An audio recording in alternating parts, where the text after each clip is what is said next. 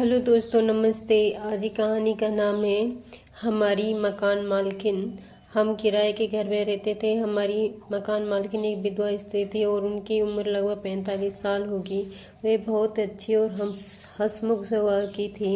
उसकी सास भी उन्हीं के साथ रहती थी क्योंकि उनके ससुर जी भी इस दुनिया में नहीं थे। दोनों सास बहू अकेली ही रहती थी। मैं उन्हें बहुत अच्छी औरत समझता था, लेकिन एक दिन जब मैंने उसकी चोरी पकड़ ली तो उन्होंने मेरे ऊपर ही छेड़छाड़ का आरोप लगा दिया। उनकी इस हरकत से मैं तंग रह गया। मेरा नाम ललित है। मेरी उम्र 18 साल है। मैं अपने भाई बहनों में सबसे छोटा था, इसलिए मुझे सब बहुत प्यार करते थे। जबकि मैं 18 साल का हो रहा था, फिर भी सब मुझे बच्चे जैसा ही समझते थे। मेरे परिवार में 5 सदस्य थे। मेरी 2 बहन और मम्मी पापा। कुछ दिनों पहले मेरे पापा ने पुराना घर बेचकर एक नया घर खरीदा था और उसमें पुताई का काम चल रहा था, इसलिए हम लोग अपने परिवार के साथ किराए के घर में रहते थे। जिस मकान में हम किराए पर रहते थे, उनकी मकान मालकिन एक विधवा स्त्री थी जिसकी उम्र करीब 45 वर्ष थी, जो अपनी विधवा सास के साथ रहती थी और शिक्षिका के पद पर कार्यरत थी। काफी मिलनसार और हंसमुख स्वभाव की थी। हम जिस कमरे में रहते थे उस कमरे में जाने के लिए उनके कमरे के सामने से होकर सीढ़ियां चढ़ कर जाना पड़ता था। जब भी मैं ऊपर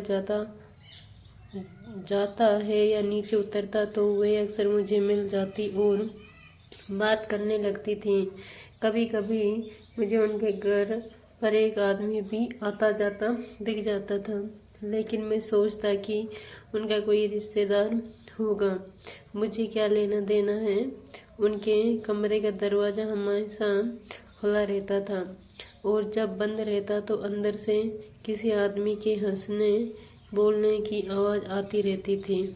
मैं हमेशा शाम को ट्यूशन पढ़ने जाता था। पिताजी सुबह ही ऑफिस चले जाते थे। मेरी माँ और बहन सारा दिन काम में लगी रहती थी। वे बहुत ही कम नीचे जाती थी और अगर जाती थी तो शाम को ही जाती थी। हमें कोई भी दोपहर को नीचे नहीं उतरते थे। एक बार मैं ट्यूशन पढ़ने के लिए दोपहर में जा रहा था, तभी मैंने देखा कि वे अपनी सास को अनाप शनाप बक रही थी। उनकी बात सुनकर मुझे कुछ अजीब सा लगा, क्योंकि उनकी सास तो बहुत सीधी थी।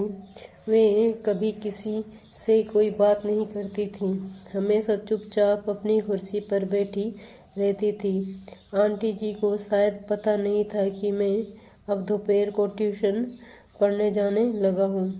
दूसरे दिन जब मैं ट्यूशन पढ़ने के लिए नीचे उतरा तो मैंने देखा कि आंटी जी के कमरे में वे बैठी थी और एक आदमी उनकी गोद में सिर रखकर लेटा हुआ था। जैसे ही मेरी नज़र उतर गई, उन्होंने भी मुझे देख लिया, लेकिन उन्होंने मुझे कुछ कहा नहीं। उन्हें शायद इस समय मेरे नीचे उतरने की कोई उम्मीद नहीं थी। खैर, मैं अनदेखा कर वहाँ से निकल गया। मैंने सोचा उसकी अपनी जिंदगी है, मुझे उसमें दखलंदाजी नहीं करनी चाहिए। लेकिन जब मैं वापस आया तो बवाल मचा हुआ था। आंटी मेरी माँ से कह रही थी कि तुम्हारा लड़का आते जाते मेरे कमरे में झांकता है और मेरे ऊपर गंदी नज़र डालता है।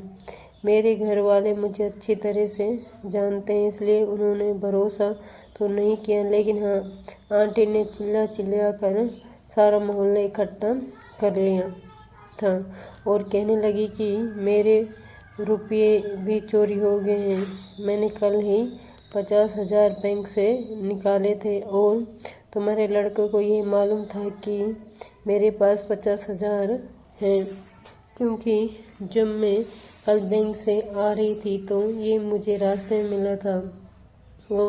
इसने मुझसे पूछा कि आंटी आप कहाँ गई थी, तो मैंने कहा कि बैंक गई थी और रुपये निकालने। तो मुझसे पूछा कि आपने कितने रुपए निकाले हैं। उनको बता दिया कि मैंने 50,000 निकाला है। उन रुपयों से मुझे अपने लिए सामान खरीदना जाना था, इसलिए मैंने वे रुपये वहीं टेबल पर रख दिए थे और अपने काम पर लग गई थी। आज दोपहर को जब तुम्हारा लड़का ट्यूशन पढ़ने गया, मैं अंदर थी और दरवाज़ा खुला था।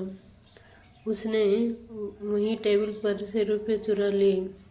मेरी सासू माँ भी वहीं बैठी थी। उन्होंने ही इस रुपये चुराते हुए देखा। मैं जब ये सब बात सुनी तो मैं सन्न रह गया। मैं अपनी माँ को असलियत बताने की सोची, लेकिन मेरी माँ ने मुझे डांटकर चुप करा दिया। एक हफ्ते में ही हमने वह कमरा खाली कर दिया और उसी मोहल्ले में दूसरे किराए के मकान में रहने लगे। वे किराए का मकान आंटी के मकान से 2 घर छोड़कर ही था, इसलिए आंटी का घर हम लोगों को साफ साफ दिखाई देता था। वे आदमी अभी भी रोज दोपहर को आंटी के यहाँ आया करता था। ये बात मैंने अपनी माँ को बताई और उन्हें वह आदमी दिखाया भी। तब मेरी माँ कहने लगी कि लोग अपनी आप को बचाने के लिए किस हद तक गिर सकते हैं कि दूसरों पर झूठा आरोप लगा दें। वे छेड़छाड़ का ये मैं नहीं जानती थी कि ये सब बात धीरे धीरे पूरे मोहल्ले में फैल गई कि आंटी के यहाँ कोई आदमी रोज दोपहर को आता है, क्योंकि आंटी के पति एक इज्जतदार इंसान थे, लेकिन उनकी अचानक मृत्यु हो गई। तब आंटी की उम्र 30 वर्ष थी और आंटी जवान थी, इसलिए उन्हें इज्जत का डर था। आंटी के कोई बच्चा भी नहीं था जिसके साथ वे जी लेती। बूढ़ी सास के साथ वे रहती थी, इसलिए उन्होंने दूसरी शादी भी नहीं की। थोड़े दिनों बाद उनकी सास की तबीयत खराब हो गई। तब वे आदमी उनकी सासू माँ को अस्पताल लेकर आता जाता था, क्योंकि उनके घर में कोई और मर्द नहीं था। थोड़े दिनों बाद आंटी की सासू माँ का देहांत हो गया था और फिर वे आदमी परमानेंट उन्हीं के घर में रहने लगा। मोहल्ले के सभी लोग समझ गए कि मैंने उनके चरित्र पर गलत उंगली नहीं उठाई थी, लेकिन अगर उन्हें समाज का भय था तो वे मुझसे बात कर सकती थी कि मैं ये बात किसी को ना बताऊं। लेकिन उन्होंने तो मेरे ही चरित्र पर उंगली उठा दी।